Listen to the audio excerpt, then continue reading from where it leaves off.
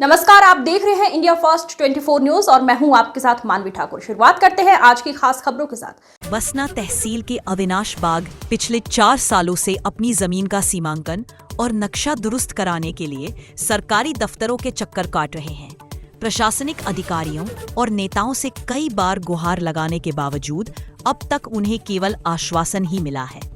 इस बार उन्होंने 10वीं बार कलेक्टर को ज्ञापन सौंपा, जिस पर कलेक्टर ने एसडीएम को 2 दिन के भीतर कार्रवाई करने के निर्देश दिए हैं। सवाल ये है कि कलेक्टर की सतत निगरानी और समीक्षा के बावजूद लोगों को न्याय क्यों नहीं मिल पा रहा। राजस्व विभाग की लापरवाही के कारण प्रकरण वर्षों से अधर में लटका है, जिससे अविनाश का भविष्य और आजीविका प्रभावित हो रही है। पीड़ित का आरोप है कि 2 राजस्व निरीक्षक और 5 पटवारियों द्वारा सीमांकन पूरा होने के बाद भी अंतिम नक्शा जारी नहीं किया गया। ऐसे मामलों से जिले में जमीनी विवाद और गंभीर घटनाएं लगातार बढ़ रही है। मेरा नाम अविनाश बाग है, निवासी वार्ड नंबर 1 बसना, जिला महासमुंद, छत्तीसगढ़। मेरी समस्या यह है, विगत 4 वर्षों से मेरा भूमि विवाद लंबित है।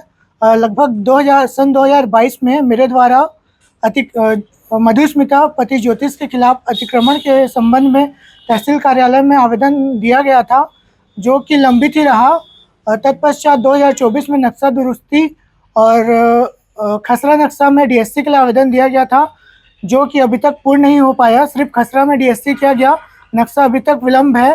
उसके बाद 21 मई 2025 से लेकर आज तक मेरे द्वारा दर्जनों आवेदन दिए गए और लगभग 4 बार कलेक्टर जन दर्शन में भी मैं गया, फिर भी मेरा नक्शा दुरुस्ती और सीमांकन का कार्य अधूरा छोड़ा गया है। सीमांकन पूर्ण हो चुका है।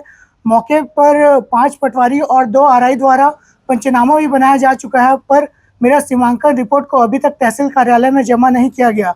इस प्रकरण के संबंध में मैं बार बार जन दर्शन में कलेक्टर महोदय से मिल रहा हूँ और गुहार लगा रहा हूँ कि जो भी कार्रवाई है उचित दिशा में की जाए और मेरा सीमांकन रिपोर्ट जल्दी प्रस्तुत किया जाए।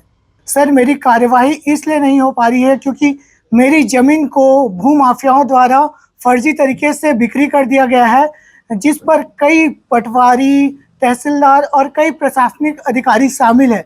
सर, उन सभी को बचाने के लिए मेरा ज़मीन का सीमांकन रिपोर्ट जमा नहीं किया जा रहा है।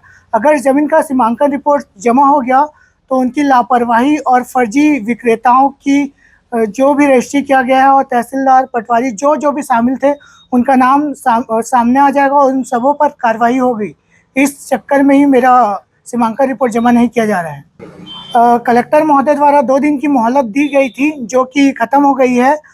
मैं प्रशासन से मांग करता हूं कि जल्द की जल्द कार्रवाई की जाए, वरना मैं कलेक्टर परिषद महासमुंद में अनिश्चितकालीन के लिए धरना प्रदर्शन करूँगा। नहीं, ये लड़का मेरे पास हमारे जनदर्शन में 3 बार ही आया था और उसके मेन डिमांड ये थी कि इसकी जो भूमि है उसका सीमांकन और कुछ नक्शा अपडेशन की डिमांड जो है इसके द्वारा जनदर्शन में की गई थी। तो पिछले जनदर्शन में वर्चुअली ही एसडीएम बसना को हमने निर्देश दिया था कि जो भी सीमांकन का इशू है इसको तत्काल एड्रेस करें, और आज पुनः ये हमसे जनदर्शन में मिले थे, तो मैंने पुनः आज एसडीएम को बोला है कि सीमांकन का जो भी इशू है उसको तत्काल रिजॉल्व करें। और एसडीएम बसना के द्वारा बताया गया था कि वहाँ पर सीमांकन हो गया, परंतु रिपोर्ट अभी तक नहीं आई है। तो उनको हमने बोला एसडीएम को कि आप तत्काल इसकी जो भी रिपोर्ट है एक बार खुद भी देखें और एक रिपोर्ट की कॉपी हमारे पास भी भेजें, सो दैट अनावश्यक रूप से जो पक्षकार उसको यहाँ वहाँ भटकना ना पड़े। कुछ कूट रचना इस संबंधित ज़मीन को लेके हुई है, जैसे आप बता रहे हैं, तो एक बार पूरा फैक्ट्स हम देख लेते हैं। सीमांकन रिपोर्ट यदि आती है और पहले यदि कुछ कूट रचना हुई होगी दस्तावेजों में और इसके वजह से पक्षकार को परेशानी हो रही है, तो जो भी इसमें संलिप्त रहेंगे उनके खिलाफ अनावश्यक रूप से हम कार्रवाई करेंगे। कमीशन लगती है यदि कोई आवंटन की भूमि है, या फिर जैसे महासमुंद क्षेत्र की बात करूं, यदि कोई ट्रैवल लैंड है या फिर आवंटन की भूमि है, यदि उसकी बिक्री करनी होती है उसके पहले कलेक्टर की अनुमति लगती है। और बिना अनुमति के यदि कोई अंतरण होता है और हमारे पास शिकायत आती है, तो वैसे जैसे सपोज करो आवंटन की भूमि है तो उसको पुनः हम शासकीय मद में दर्ज करके ऐसे अंतरण को हम खारिज करवा देते हैं।